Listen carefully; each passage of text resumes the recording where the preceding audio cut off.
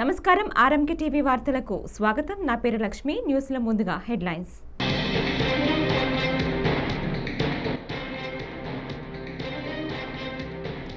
ఏజెంట్లు లేకుండా పోలింగ్ నిర్వహిస్తే అది పోలింగా అన్న జగన్.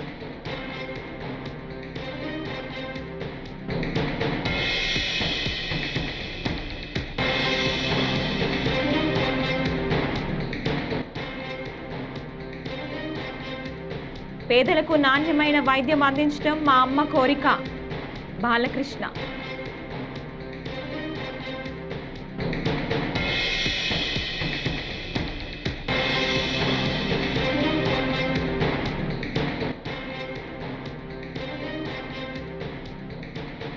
ముగిసిన మంచులక్ష్మి ఈడీ విచారణ.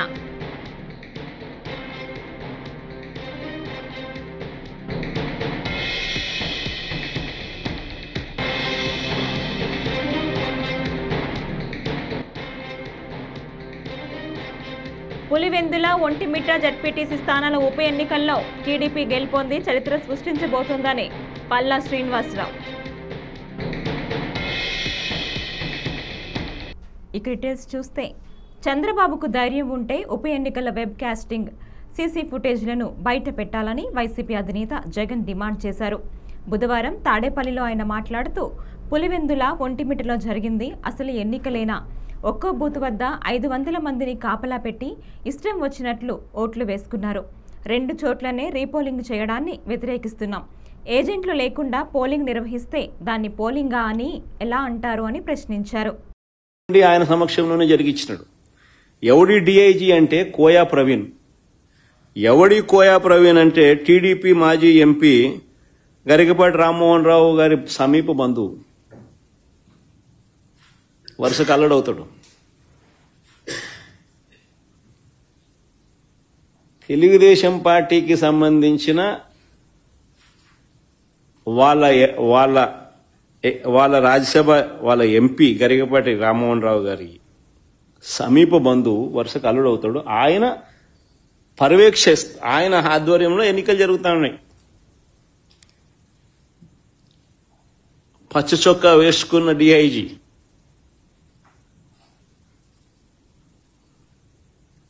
ఆయనకు సంబంధించిన డిఎస్పీలు, ఆయనకు సంబంధించిన సిఐలు హ్యాండ్ పిక్డ్.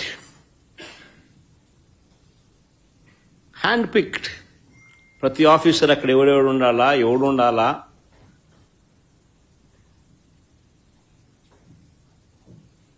ఎస్ఐలు ఎవడు ఉండాలా, సిఐలు ఎవడు ఉండాలా, ఆ లిస్ట్ మాకు సరే.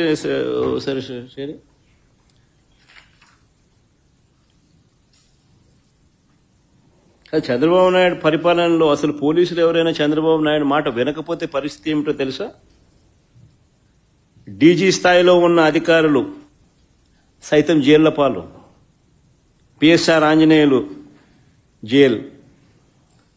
దళిత వర్గానికి చెందిన డీజీ స్థాయి అధికారి సునీల్ కుమార్ అరెస్టెడ్. మరో additional DG Sanjay arrested. DIG Vishal Gunni arrested, case booked. BC వర్గానికి చెందిన ఐజీ కాంతిలాల్ రాణా కేసెస్. ఇంకా తదితరులు ఎంతో మంది సస్పెండెడ్, హెరాస్డ్, అరెస్టెడ్ కేటగిరీలో. మరెందరో ఎస్పీల మీద తప్పుడు కేసులు పెట్టి విచారణ పేరుతో వేధిస్తా ఉన్నారు. వీరు కాక 4 నాన్ క్యాడర్ ఎస్పీలు, ఒక కమాండెంట్ స్థాయి అధికారి, 22 మంది అడిషనల్ ఎస్పీలు, 55 మంది డిఎస్పీలకు పోస్టింగులు లేవు. మరో 6 డిఎస్పీలు, 3 అడిషనల్ కమాండెంట్లు, 2 అసిస్టెంట్ కమాండెంట్లు కూడా హెడ్ క్వార్టర్స్ లో రిపోర్టింగ్ చేయిస్తున్నారు. 8 మంది డిఎస్పీలను సస్పెండ్ చేశారు. వీరు కాకుండా మరో 80 నుంచి 100 మంది ఇన్స్పెక్టర్లు, 100 మంది కానిస్టేబుల్లు వీఆర్లో ఉన్నారు. అంటే లిటరల్ గా ఆయన బెట్టింగ్ యాప్ ప్రమోషన్ కేసులో నటి మంచులక్ష్మి ఈడీ విచారణ ముగిసింది. బుధవారం దాదాపుగా 3.5 గంటల పాటు ఆమెను అధికారులు ప్రశ్నించారు. మంచులక్ష్మి తన 5 ఏళ్ల బ్యాంక్ లావాదేవీల వివరాలను ఈడీ అధికారులకు అందజేశారు. విచారణ అనంతరం మీడియాతో మాట్లాడకుండా అక్కడి నుంచి వెళ్లిపోయారు. ఇప్పటికే ఈ కేసులో విజయ్ దేవరకొండ, ప్రకాష్ రాజ్, రానా దగ్గుబాటిలను ఈడీ విచారించింది.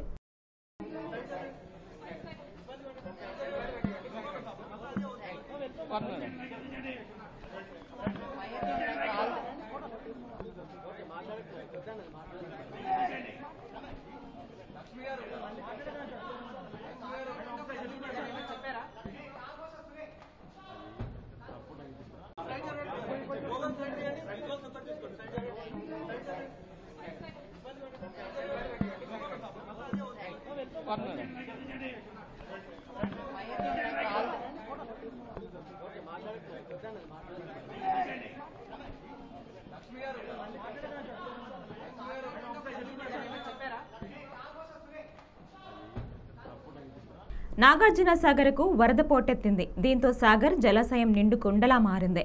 బుధవారం అధికారులు మొత్తం 26 గేట్లు ఎత్తి నీటిని దిగువకు విడుదల చేస్తున్నారు. సాగర్కు ఇన్ఫ్లో 2,28,601 క్యూసెక్కులు ఉండగా అవుట్ఫ్లో 2,47,986 క్యూసెక్కులుగా ఉంది. సాగర్ పూర్తి స్థాయి నీటి మట్టం 590 అడుగులు కాగా ప్రస్తుతం 589.30 అడుగులుగా ఉంది. పూర్తి నీటి నిల్వ సామర్థ్యం 312.4 టీఎంసీలుగా కాగా ప్రస్తుతం 309.95 టీఎంసీలకు చేరుకుంది.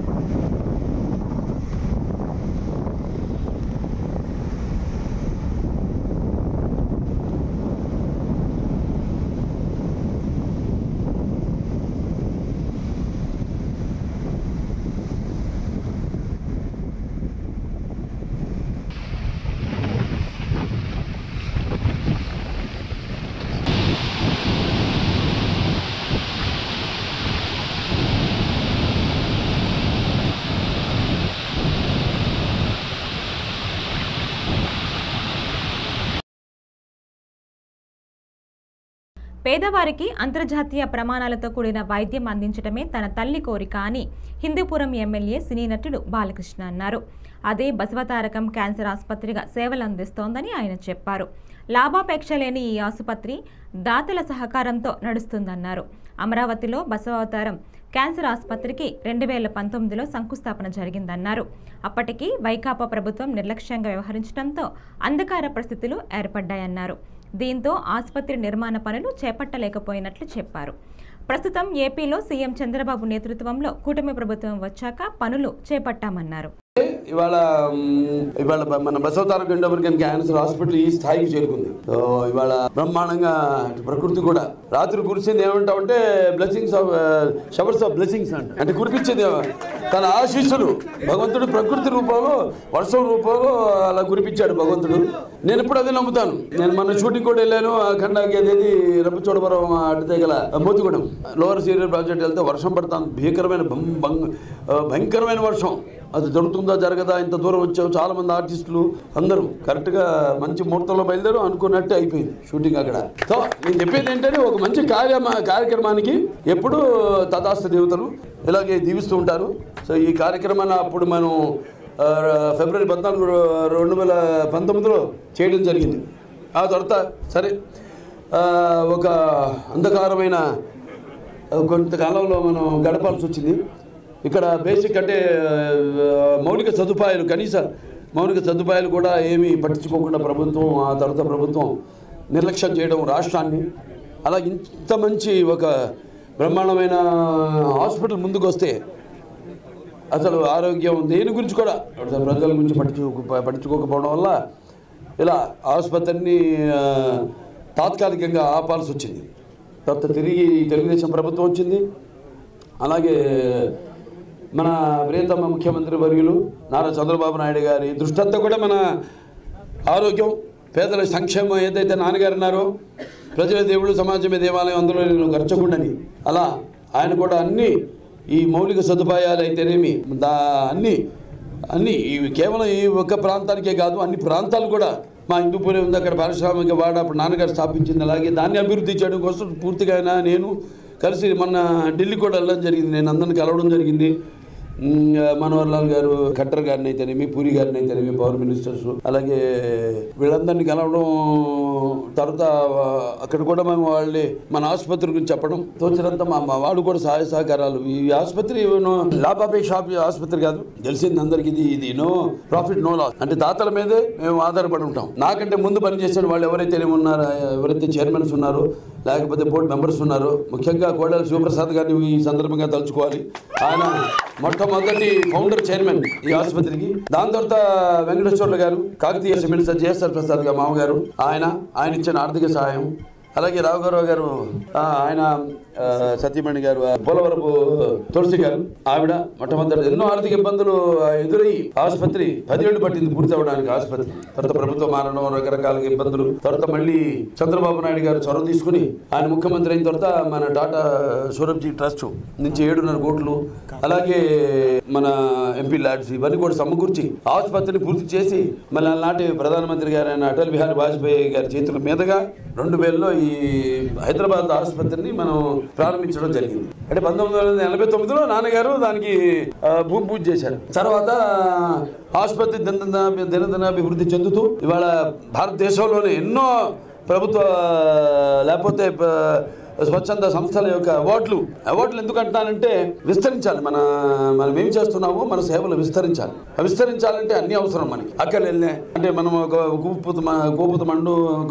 గోపస్థ మండుగంలా కాకుండా అలాంటి అవార్డులు బ్రహ్మాండమైన, అలాగే దేశంలోనే 3-4 స్థానంలో ఉన్నాయి మనం.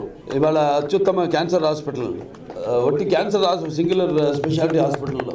సో ఇవాళ అలాగే మనం ఏ విషయంలో కూడా పేదవాళ్ళు ఏదైతే మా అమ్మగారి కోరుకుందో, ఆవిడ శుభైకమైనప్పుడు, లింగైకమైనప్పుడు ఈ యొక్క ఆసుపత్రి ఈ యొక్క వైద్యాన్ని అతి తక్కువ ఖర్చుతో అందించాలి పేదవారికి. అలాగే అత్యుత్తమ అంతర్జాతీయ ప్రమాణాలతో కూడిన పులివెందుల, ఒంటిమిట్ట జడ్పీటీసీ స్థానాల ఉప ఎన్నికల్లో టీడీపీ గెలుపొంది చరిత్ర సృష్టించబోతుందని ఆ పార్టీ రాష్ట్ర శాఖ అధ్యక్షుడు పల్లా శ్రీనివాసరావు అన్నారు. అక్కడ సుమారు 30 ఏళ్ల తరువాత ప్రజాస్వామ్య పద్ధతిలో ఎన్నికలు జరిగాయని, ఇది రాష్ట్ర రాజకీయ చరిత్రలో ఒక ముఖ్యమైన పరిణామంగా నిలుస్తోందని చెప్పారు. టీడీపీ కేంద్ర కార్యాలయంలో మంగళవారం విలేకరులతో మాట్లాడారు. అందరికీ నమస్కారం అండి. మరి ఈరోజు ఏదైతే పులివెందులలో అలాగే ఒంటిమిట్టలో జరుగుతున్నటువంటి జెడ్పీటీసీ ఎలక్షన్స్ ఒక చారిత్రాత్మకమైనటువంటి మలుపు తీసుకోబోతుంది. గతంలో ఎవరైనా సరే పులివెందుల్లో నామినేషన్ వేయాలన్నా లేకపోతే ఎలక్షన్లో పోటీ చేయాలన్నా ప్రాణాలపైన ఆశలు వదుకునేటువంటి పరిస్థితి ఉండేది, అలాంటి పరిస్థితి ఉండేది. కానీ ఈరోజు ప్రజాస్వామ్యబద్ధంగా ఎలక్షన్ అక్కడ జరిగింది. గతంలో ఎవరైనా సరే పులివెందుల్లో పోటీ చేయాలన్నా లేకపోతే ఆలోచన చేసిన వారిపైన దాడులు చేయడం, అలాగే అరెస్టులు చేయడం, వాళ్ళని నామినేషన్ వేయకుండా నియంత్రించడం, అనేక విధాలైనటువంటి దారుణాలు మరి పాల్పడినటువంటి పరిస్థితి ఉండేది. కానీ ఈరోజు ఆ పరిస్థితికి భిన్నంగా స్వేచ్ఛగా నామినేషన్ వేసి ఎలక్షన్లు జరుగుతున్నటువంటి సందర్భం మీరు గమనించాలని చెప్పి ఈ సందర్భంగా తెలియజేస్తున్నాం. మరి ఈరోజు వైసీపీ నాయకులు చాలామంది పులివెందుల్లో తెలుగుదేశం పార్టీ నాయకులు పోలీసులను పట్టుకొని దారుణాలు చేశారని చెప్పేసి ఆరోపణలు చేస్తున్నారు. అలాగే ఎలక్షన్ కమిషను తెలుగుదేశం పార్టీకి అనుకూలంగా వ్యవహరించిందని చెప్పేసి ఆరోపణలు చేస్తున్నారు. ఇందులో ఎటువంటి వాస్తవం లేదు. ఎందుకంటే ఎలక్షన్ కమిషన్ సంబంధించి ఎవరైతే ఈరోజు స్టేట్ ఎలక్షన్ కమిషన్ ఉన్నారో వారు నీలం సహాని వారైతే తెలుగు వైసీపీ గవర్నమెంట్లో వచ్చినటువంటి కమిషనర్ గారే వారే ఈరోజు వరకు కూడా నడుపుతున్నారన్న సంగతి మీరు గమనించాలని చెప్పి తెలియజేస్తున్నా. కనుక తెలుగుదేశం పార్టీ కమిషనర్ని తీసుకొచ్చి పెట్టినటువంటి పరిస్థితి అక్కడ లేదు అన్నది చెప్పడం మా ఉద్దేశం అని చెప్పి తెలియజేస్తున్నాం. అలాగే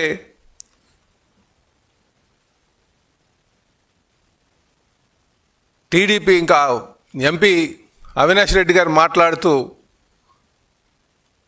తెలుగుదేశం పార్టీ ఏజెంట్లుగా మేము అవకాశం కల్పించాం, కానీ ఈరోజు మా ఏజెంట్లకు ఎవరు కూడా కూర్చునేటువంటి అవకాశం కూడా లేదని చెప్పేసి లేనిపోయినటువంటి ఆరోపణలు చేస్తున్నారు. మేము ఒకటే తెలియజేస్తున్నాం, మీరు ప్రజలకు చెప్పాల్సింది గత 30 ఏళ్ళుగా మీరు ఏ రోజైనా సరే ప్రజాస్వామ్యబద్ధంగా ఎలక్షన్ నిర్వహించారా? ఏ రోజు కూడా అసలు ఎలక్షన్ అనేదే జరగలేదు. అన్నీ కూడా ఏకగ్రీవంగా చేసుకున్నటువంటి సందర్భం మీరు గమనించాలని చెప్పి తెలియజేస్తున్నా.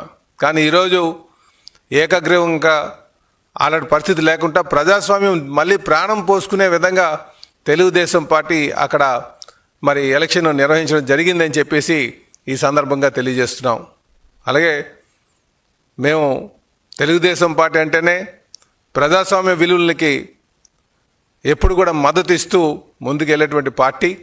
కనుక ఈరోజు ఏదైతే ఒంటిమిట్టలో జరుగుతున్నటువంటి జడ్పీటీసీ ఎలక్షన్ కావచ్చు, తాడేపల్లి మండలం ఉండవల్లి రైతులు భారీ వర్షానికి తీవ్రంగా నష్టపోయారు. మంగళవారం రాత్రి కురిసిన భారీ వర్షానికి 70 ఎకరాల్లోని వరి పంట నీట మునిగింది. ఎకరా పొలంలో పంట వేయటానికి 25,000 రూపాయలు ఖర్చు చేశామని, ఇప్పుడంతా నీటి పాలైందని రైతులు ఆవేదన వ్యక్తం చేశారు. ఈ సీజన్లో ఇది 3వ పంట నష్టపోయామని ప్రభుత్వం తమను ఆదుకోవాలని వారు వేడుకుంటున్నారు. నా పేరు ఇస్సాకు, గుంటూరు జిల్లా తాడేపల్లి మండలం ఉండవేలు గ్రామం మాది. ఇక్కడ మాకు 200 ఎకరాల్లో వరి మాగాణి వేస్తూ ఉంటాం తరచు. ఈ సంవత్సరం గత జూలై నెలలో వేసాము. అయితే అప్పుడు దగ్గర 70-80 ఎకరాలు పోయింది. పోతే మళ్ళీ ఆ 70-80 ఎకరాలు మళ్ళీ రెండోసారి వేసాం.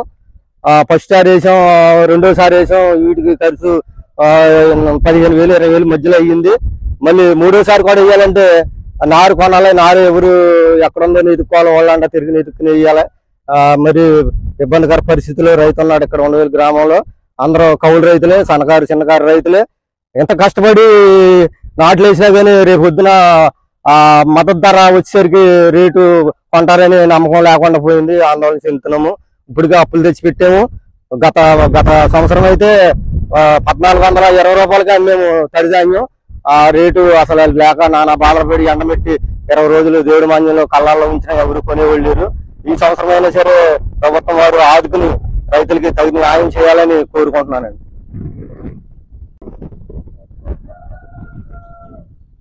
ఈ సంవత్సరం యూరియా కొరత వచ్చిందండి. మరి ఆ యూరియా కోసం చుట్టుపక్కల ఊళ్ళన్నీ తిరిగారు మన రైతులు. ప్రైవేట్ గా కొనుక్కోవాలంటే 350 నుంచి 360 దాకా ఎవరు ఇష్టం వచ్చినట్టు వాళ్ళు రేట్లు అమ్ముతున్నారు. సొసైటీలోకి వెళ్తే సొసైటీలో కొంతవరకే ఇస్తాము, అందరూ అంత పొలానికి ఇలేమని లిమిట్ గా ఇస్తున్నారు. మరి ఎరువుల ధరలు, పురుగు మందుల ధరలు కంట్రోల్ చేసేవాళ్ళే లేరు. పురుగు మందుల ధరలు కానీ ఎరువుల ధరలు కానీ అసలు ఏం చేయాలో రైతు అర్థం కాని పరిస్థితుల్లో టయానికి మందు కట్టలేకపోతున్నాం. ఇదంతా ప్రభుత్వం వారు దృష్టిలో పెట్టుకుని రైతుని ఆదుకోవాల్సిందిగా కోరుకుంటున్నారండి. ఆగస్టు 15 నుంచి రాష్ట్రంలోని మహిళలందరికీ ఉచిత బస్సు ప్రయాణం సౌకర్యం కల్పిస్తున్నట్లు వినుకొండ ఎమ్మెల్యే జీవి ఆంజనేయులు బుధవారం తెలిపారు. ముఖ్యమంత్రి చంద్రబాబు నాయుడు మహిళల ఆకాంక్షలను నెరవేరుస్తున్నారని, ఆయన మహిళా పక్షపాతి అని అన్నారు. తెలుగింటి ఆడపడుచుల సంతోషమే ఎన్డీఏ ప్రభుత్వ లక్ష్యమని, సంక్షేమంలో మహిళలకు పెద్దపీట వేస్తున్నారని పేర్కొన్నారు.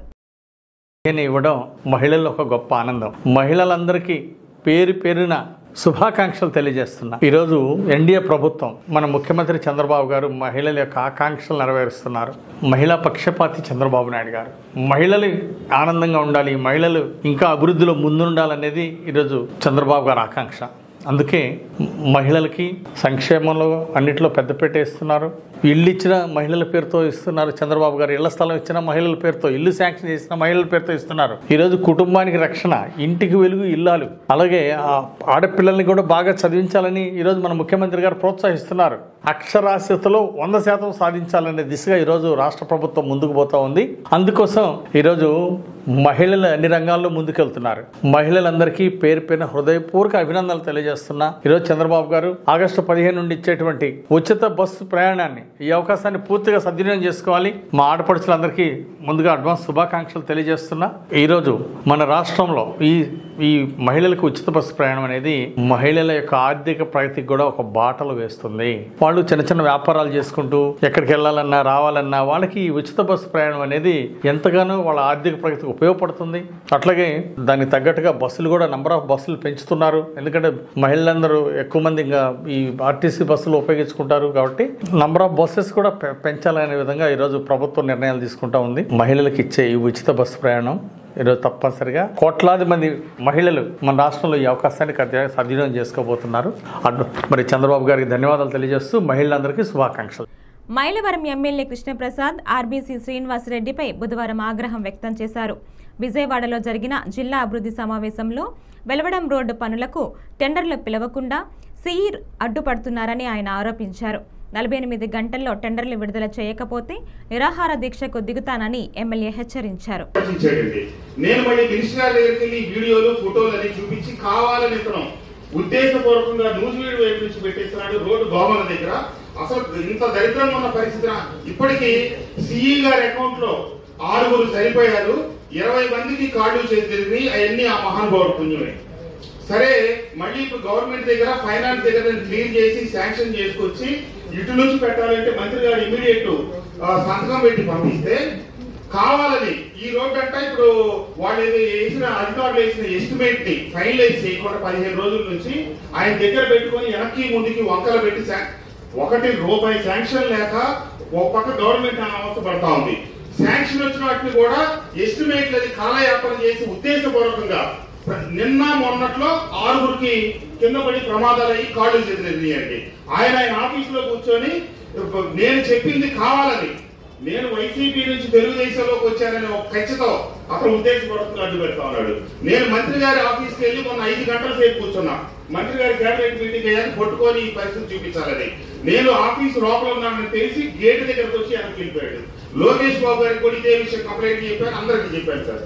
ఇది కనుక ఎస్టిమేట్ పూర్తి చేసి రేపు సాయంత్రం లోపల మీరు టెండర్లకు వెళ్ళకపోతే నేను గవర్నమెంట్ లో ఉంటే ఉన్నా, ఎల్లుండి ఉదయం 100 కార్లతో 500 మందితో వచ్చి మీ సిఈ ఆఫీస్ ముందు ఇంటి ముందు కూర్చోకపోతే ఎవరు చెప్పినా నాకే సమస్య లేదు. జనాన్ని ఎంతమంది మీరు బలి తీసుకుందాం అనుకుంటున్నారు? కావాలని ఉద్దేశపూర్వకంగా చేస్తారు సార్. ఇది నిర్లక్ష్యం, ఇది దౌర్భాగ్యం, ఇది దరిద్రం.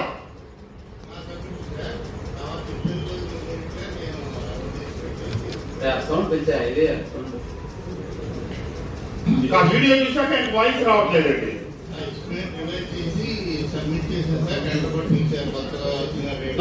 టెండర్ లో ఉందా? ఎప్పుడు లాస్ట్ డేట్ ఓపెనింగ్?